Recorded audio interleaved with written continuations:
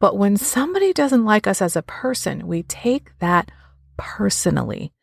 And if you're anything like I was before recovery, you make it mean that there's something bad or wrong with you. And if we do that, then we make it our mission to try to get them to like us. Maybe we bend over backwards and try to pretend that we like things we don't, or whatever. Or we try to turn ourselves into an apple or a mango. Meanwhile, we were born as a peach. Hi, I'm Barb Nangle. I want to welcome you to my podcast, Fragmented to Whole Life Lessons from 12-Step Recovery, where I help people heal their emotional, psychological, and spiritual wounds and make deep, lasting changes in their lives.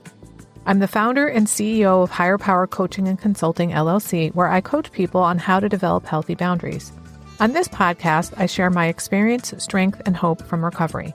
I don't support or endorse any particular 12-step recovery fellowship, and I don't claim to speak for any particular 12-step fellowship. I also don't believe that 12-step recovery is the only way to recover. You might need additional help. My hope is that you'll find my words concretely helpful in improving your life, whether you're in recovery or not. This is episode 145. How to stop worrying about other people's opinions and start worrying about your own. Years before I was in recovery, I was part of a spiritual sharing circle for about 5 years, and in it was a guy who'd been in AA for a long time. And he would pretty regularly say, "It's none of your business what other people think of you." And I was like, what the fuck is he talking about? I had absolutely no idea what that meant. And every time I would think about it for like the next 15 years, I just could not wrap my mind around what that even meant. Now, I'm a pretty intelligent person and I know what the definitions of those words mean. But because I was so fucking codependent, I was riveted on what other people thought, especially what they thought of me. So I just couldn't get it. Then, the first meeting I went to in my second fellowship, I heard something that changed everything for me. The first presenter said many brilliant things, one of which was, "It's none of your business what other people think of you. What is your business is what you think of you." And I was like, Oh, okay. Now, I still didn't quite get it, but I knew this was the opening to the door of understanding for me. So I want to spend some time talking about that today.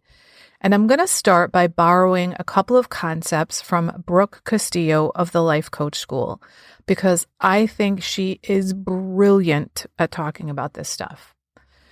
One of her concepts is to think about it like this. Let's say you're a peach and somebody bites into you and they don't like you because they don't like peaches in general. It doesn't mean there's anything wrong with you as a peach, and it doesn't mean there's anything wrong with a person biting into the peach. They just don't like peaches. Now, it's easy to understand this concept and buy into it when we're talking about peaches. But when somebody doesn't like us as a person, we take that personally. And if you're anything like I was before recovery, you make it mean that there's something bad or wrong with you. And if we do that, then we make it our mission to try to get them to like us. Maybe we bend over backwards and try to pretend that we like things we don't, or whatever. Or we try to turn ourselves into an apple or a mango. Meanwhile, we were born as a peach.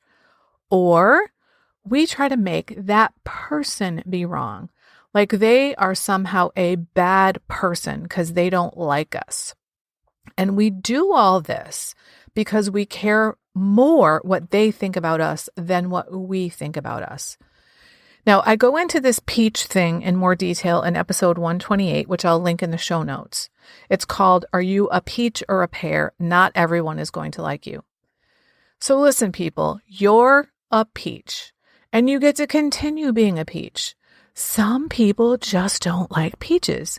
And they're not bad or wrong for not liking peaches, and you're not bad or wrong for being a mango or a coconut or a pear or a kumquat.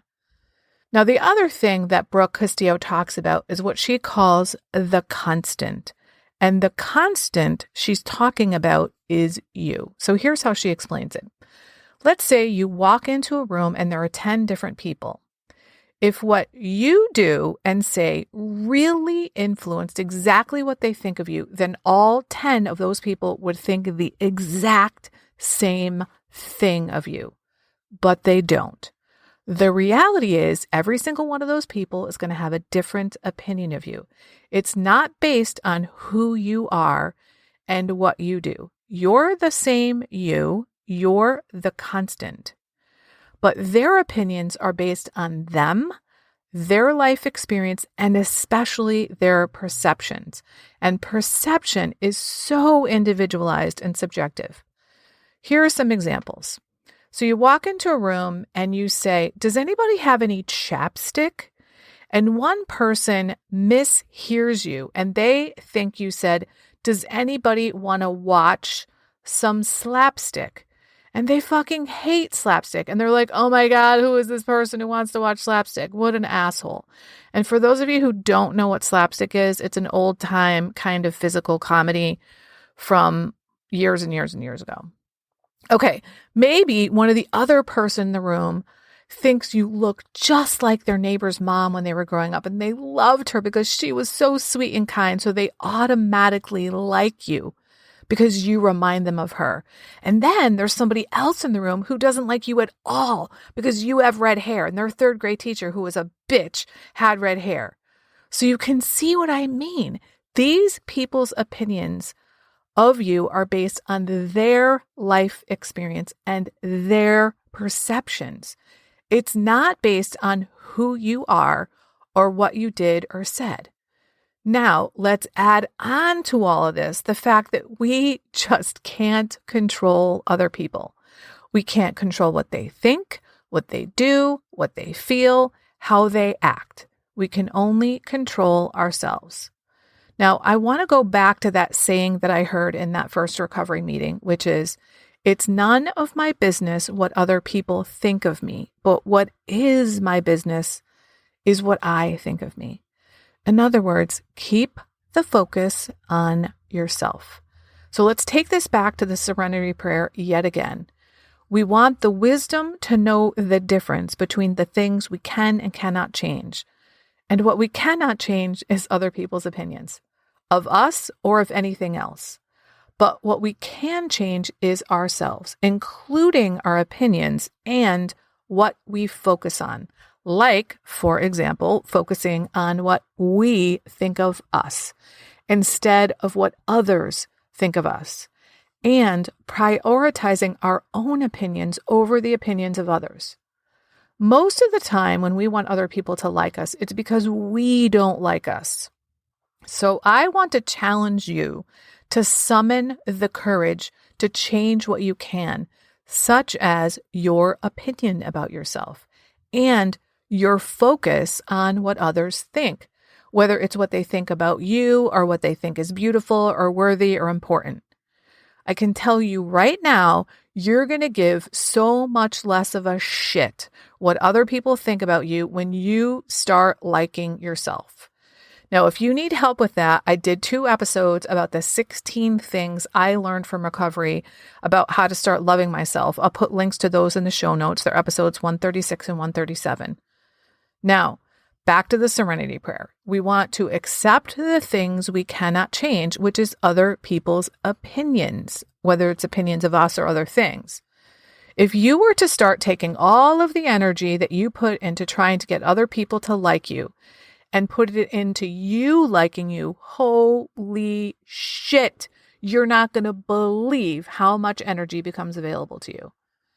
The way that you can start liking you is by doing things that make you proud.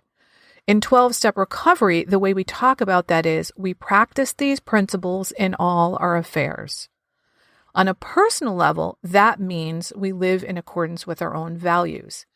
Now, if you aren't clear what your values are and you're in recovery, then you might want to start by practicing the principles of the 12 steps and 12 traditions in your affairs. Borrow those principles to get started.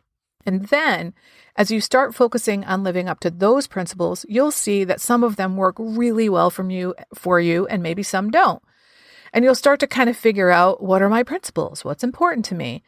And as you start living your life in line with your principles, you're going to like yourself more, and you're going to give less shits about what other people think about you.